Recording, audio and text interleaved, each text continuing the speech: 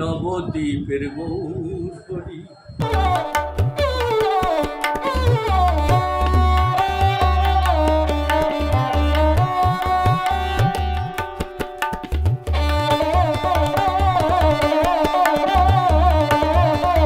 নমস্কার, পাপিয়া আওয়াজ চ্যানেলের পক্ষ থেকে আপনাদের সবাইকে জানাই স্বাগত। আজ রাখি পূর্ণিমা, তাই সেই উপলক্ষে আপনাদের সবাইকে শুভেচ্ছা জানিয়ে আজকে আমার ভিডিওটি শুরু করতে চলেছি। আজ আমরা দর্শন করব খড়দায় অবস্থিত জাগ্রত শ্যামসাওয়ের মন্দির। বেলঘরিয়া থেকে শান্তিপুর লোকালের ট্রেনে উঠে পড়েছি খড়দাহ স্টেশন নামব বলে। কিভাবে এই মন্দিরে যাব, এই মন্দিরের গেট কখন খোলা থাকে, এই মন্দিরে এসে ভোগ প্রসাদ খেতে চাইলে কত টাকা মূল্যের কুপন সংগ্রহ করতে হবে, এমনকি মন্দির সম্পর্কিত সকল জানা অজানা তথ্যাদি আপনাদের সামনে তুলে ধরার চেষ্টা করব। তাই এই ভিডিওটি স্কিপ না করে আমার পাশে থেকে ভিডিওটি শেষ পর্যন্ত দেখুন। আর এই ভিডিওটি যদি আপনাদের ভালো লাগে তবে অবশ্যই লাইক, শেয়ার এবং কমেন্ট করতে ভুলবেন না। আর যারা আমার চ্যানেলে নতুন তারা অবশ্যই আমার চ্যানেলটিকে সাবস্ক্রাইব করে দিয়ে বেল আইকনে ক্লিক করে দেবেন, তাহলে আমার চ্যানেলের নিত্য নতুন ভিডিও আপলোড করলে সর্বপ্রথম আপনার কাছেই পৌঁছে যাবে। শিয়ালদা থেকে খড়দার মাঝে পড়বে 5খানা স্টেশন, আর সময় নেবে 27 মিনিট। কথা বলতে বলতে খড়দা স্টেশনে চলে এসছে ট্রেন, এবার নেমে পড়ার পালা। চলুন তাহলে আগে নেমে পড়া যাক। নেমে পড়েছি, এবার আমরা অটোতে উঠবো শ্যামের মন্দির যাওয়ার উদ্দেশ্যে। খড়দা স্টেশনের 1 নম্বর প্ল্যাটফর্ম দিয়ে সোজা এসেই টিকিট কাউন্টারের পাশ দিয়ে বেরিয়ে গেলেই আমরা প্রচুর টোটো দেখতে পাবো, এমনকি কিছুটা এগালেই দেখতে পাবো অটো। সেখান থেকে আমরা পৌঁছে যাব শ্যামের মন্দির। অটো ভাড়া মাত্র 10 টাকা করে।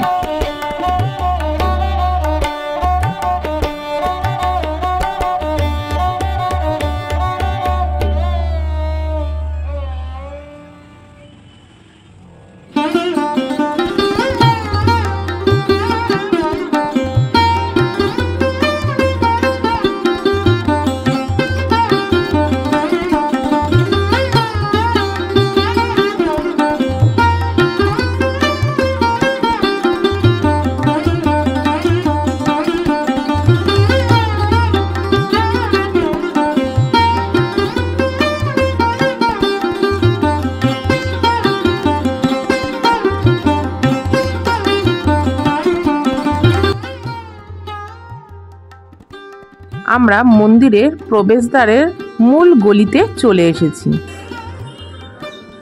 এবার সামনের দিকে একটু এগিয়ে যেতেই আমরা দেখতে পাচ্ছি বাম দিকে 2-3টে মিষ্টির দোকান আছে। সেখানে আপনারা মিষ্টি কিনে বা পুজো দেওয়ার জন্য আপনাদের সাধ্য মতন পুজোর ডালি নিয়ে পুজো দিতে পারবেন।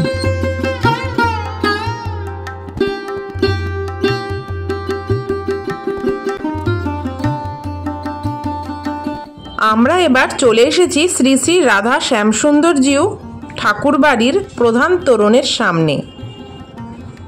ঠাকুরবাড়ির তোরণ পার করলেই ডান দিকে জুতো রাখার জায়গা। এখানে জুতো রাখতে কোনো মূল্য দিতে হয় না। জুতো রেখে 2 পা এগিয়েই বাম দিকে মদনমোহন ঠাকুরবাড়ি। তা আপনার মনকে শ্যামের মন্দিরে যাওয়ার আগেই দর্শন করতে টেনে নিয়ে যাবে।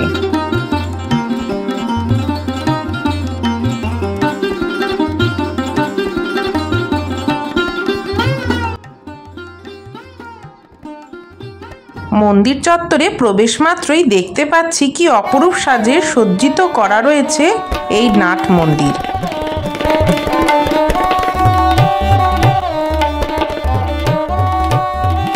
এবং তারপরই দর্শন করে নিলাম গর্ভগৃহে অবস্থিত শ্রী শ্রী প্রভু মদন মোহনকে।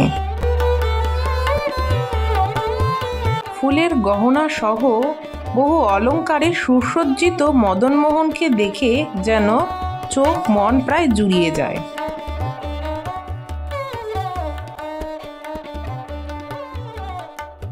আর এখন যেহেতু ঝুলন চলছে, তাই মদন মোহনের জন্য ঝুলন দোলার ব্যবস্থা করা হয়েছে। সেই ঝুলন দোলাও কি সুন্দরভাবে ফুল দিয়ে সুসজ্জিত করা রয়েছে।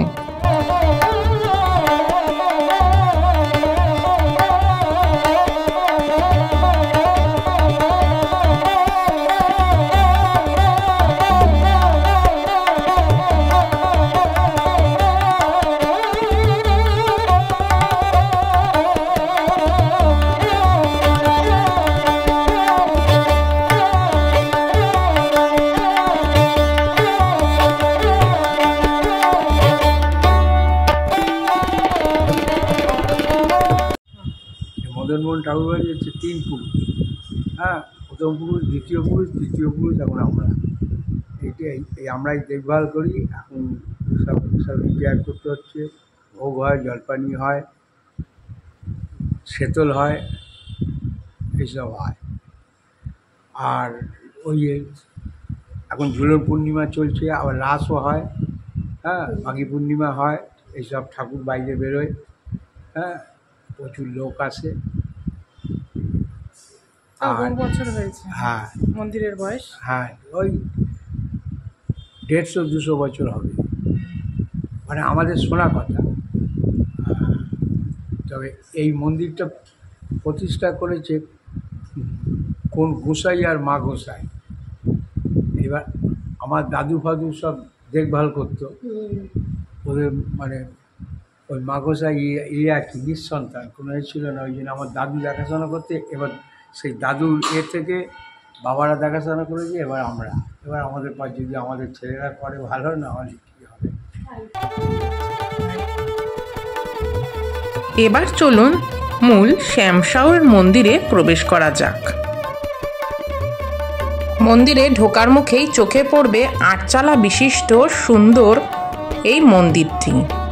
আর ঝুলন যাত্রা উপলক্ষে এই মন্দিরের প্রবেশদ্বারটিকে খুব সুন্দরভাবে সাজানো হয়েছে।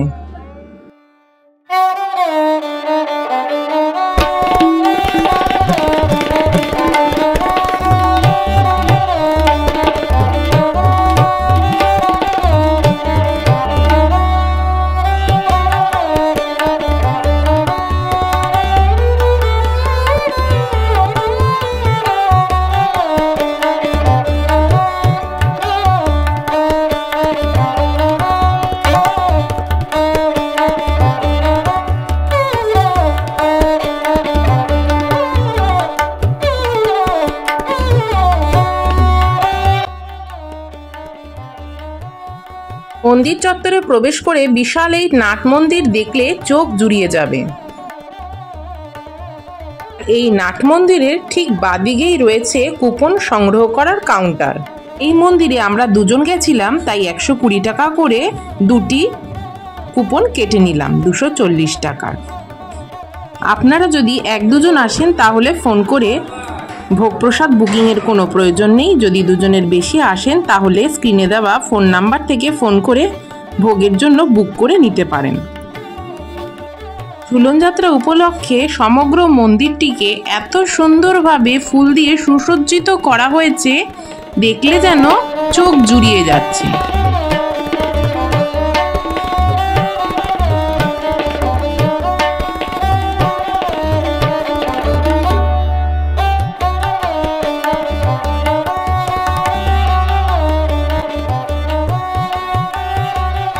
এই বিশাল নাট মন্দিরটি 16টি স্তম্ভের ওপর তৈরি করা হয়েছে। পুরাতন আমলের কাঠের কড়িবর্গার ছাদ কি অপূর্ব লাগছে। জানেন তো, এই মন্দিরের বিগ্রহ নির্মিত হয় মালদহের নবাব প্রাসাদ তরণ কোষ্ঠী পাথরে, যা উদ্ধার করেন নিত্যানন্দের পুত্র বীরভদ্র গোস্বামী। তরণের এই কোষ্ঠী পাথরটি মালদাহ থেকে কিভাবে খড়দাহে এলো সে সম্পর্কে প্রচলিত বহু অলৌকিক কাহিনী রয়েছে।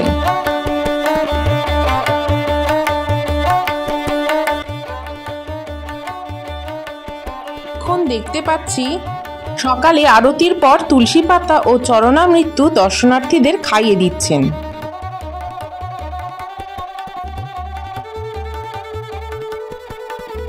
হ্যাঁ, যে কথা বলছিলাম, লোকের মুখে শোনা যায় যে বীরভদ্র গোস্বামী কোষ্ঠী পাথরটি ভালো করে খড়ে জড়িয়ে মালদহের গঙ্গায় ভাসিয়ে দিয়ে বলেছিলেন, প্রভু খড়দহে যাও। আর কারোর মুখে শোনা যায় বীরভদ্র গোস্বামী বাঁশের মাচায় খড়ের আবরণ দিয়ে পাথরটি জলপথে ভাসিয়ে খড়দহে পাঠিয়ে দিয়েছিলেন। বলা হয় পাথরটি জলে ভাসতে ভাসতে গঙ্গার তীরবর্তী শ্রীরামপুরের একটি স্নানের ঘাটে এসে আটকায়, যা কিছু বালক স্নান করতে করতে খেলার ছলে সেটিকে ঠেলে দেয় এবং সেই পাথরটি খড়দায়ের একটি ঘাটে এসে আটকায়। সেই ঘাটটি বর্তমানে শ্যামসুন্দর ঘাট নামে পরিচিত। তারপর বীরভদ্র খড়দায় পৌঁছে পাথরটি উদ্ধার করেন এবং ভাস্করকে ধ্যানে দেখতে পাওয়া কৃষ্ণমূর্তির বিবরণ দিয়ে সেই মতন এই মূর্তি গড়তে বলেন। প্রভু শ্যামসুন্দরের দর্শন সেরে এবার চলুন প্রভু নিত্যানন্দের বাসস্থানের কুঞ্জবাটি দর্শন করে আসি। এখানে এসে দেখি এই ঝুলন যাত্রা উপলক্ষে এখানে আবার একটি ছোট করে মেলাও বসেছে। এই সেই কুঞ্জবাটি। এখানে নিত্যানন্দ প্রভুর প্রথম পক্ষের বসুধার গর্ভে একটি কন্যা সন্তান গঙ্গামণি দেবী ও পুত্র সন্তান বীরভদ্র গোস্বামীর জন্ম হয়। 1571 খ্রিস্টাব্দে মাঘী পূর্ণিমায় অধৌত আচার্যের জ্যেষ্ঠ পুত্র অচ্যুতানন্দ গোস্বামী রামসুন্দরকে কুঞ্জবাটিতে প্রতিষ্ঠা করেন।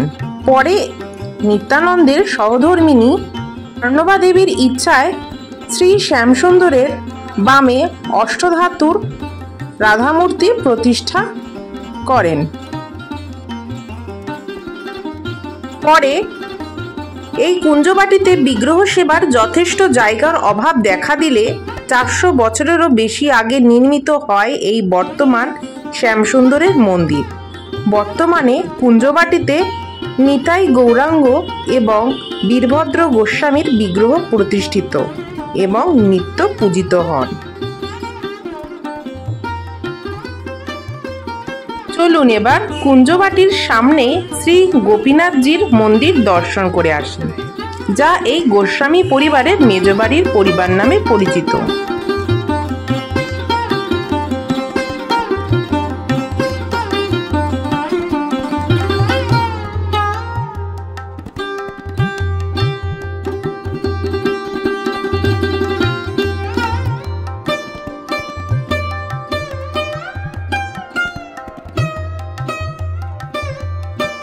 এই সুন্দর দালানটিতে গোস্বামী পরিবারের মেজবাড়ির পরিবারের পক্ষের লোকেরা দুর্গাপুজো অনুষ্ঠিত করে থাকেন।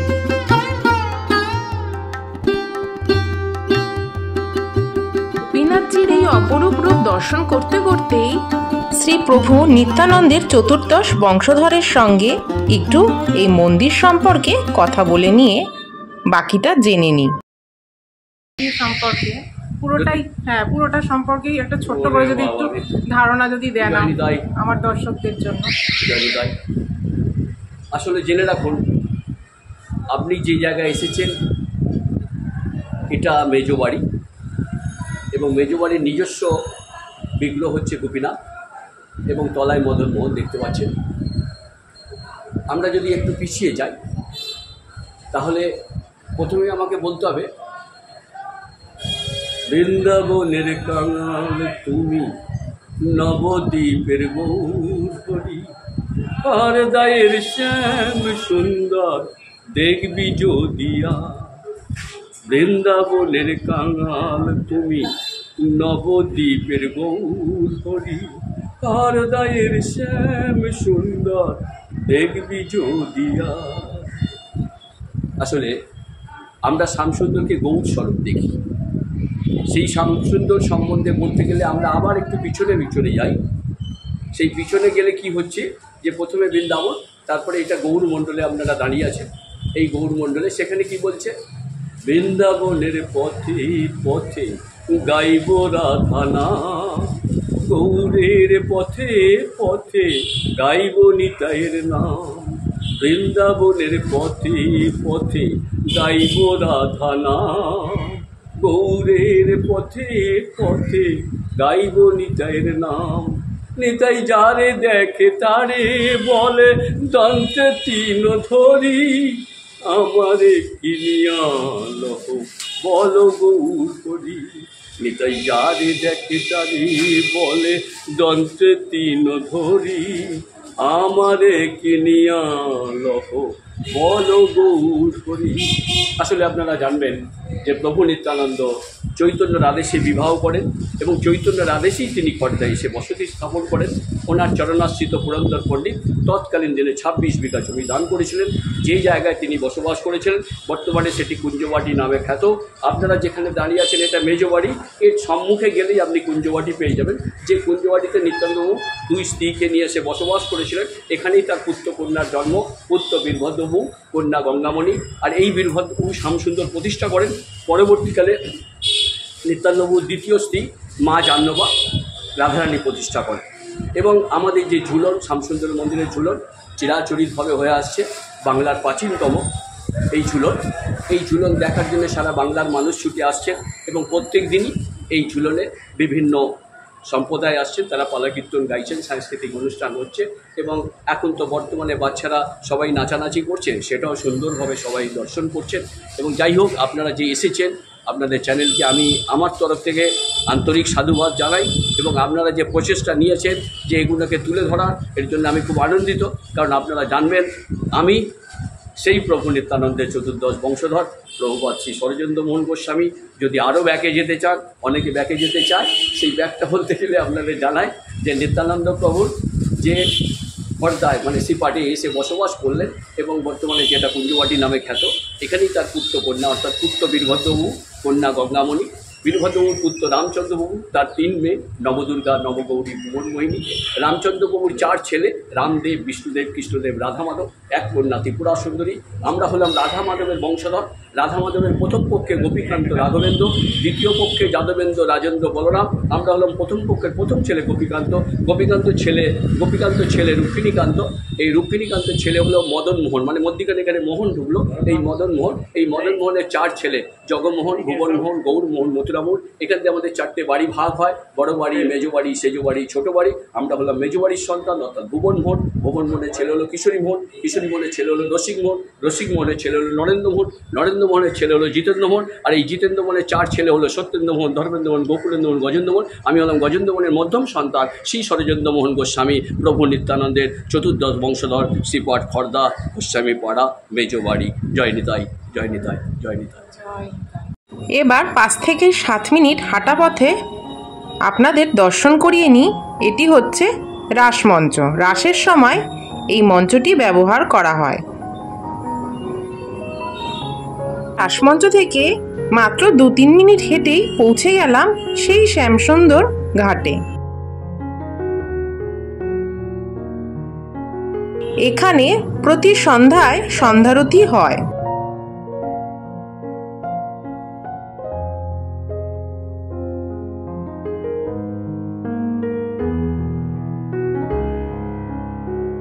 এইখানে ফেরি সার্ভিসও চালু আছে।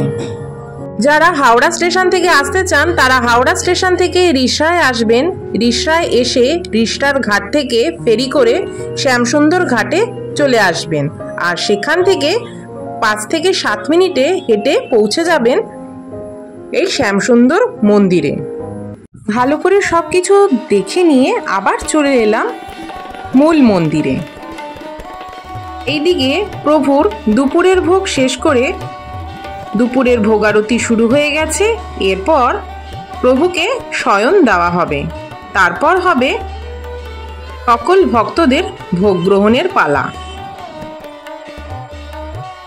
এর সাথে আপনাদের আরও একটি কথা জানিয়ে রাখি, আপনারা যদি এই মন্দিরে এসে শ্যামসুন্দরের পুজো দিতে চান তাহলে আপনাকে আসতে হবে সকাল 7টা থেকে 12টার মধ্যে এবং বিকেল 5:30 থেকে 7:30টার মধ্যে।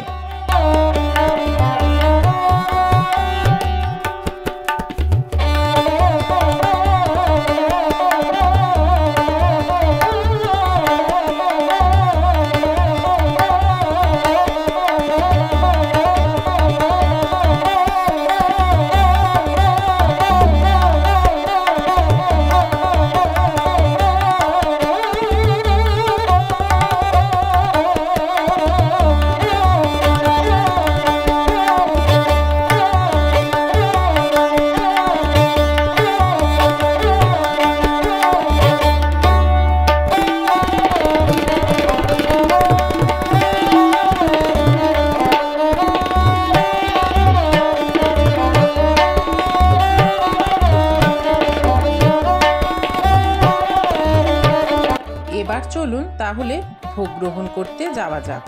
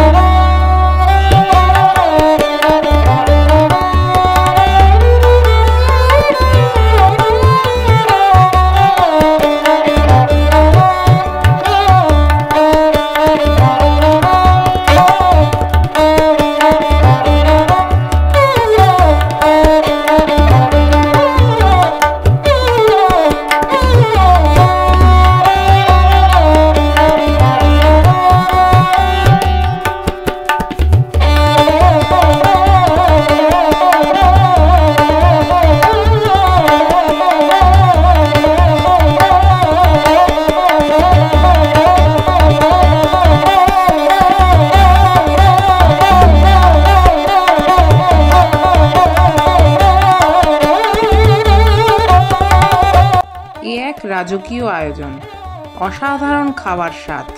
খাওয়া দাওয়া শেষ করে এবার বাড়ি ফেরার পালা। আজকের মতন ভিডিওটি আমি এখানেই শেষ করছি, তাহলে আবার দেখা হবে নতুন ব্লগে।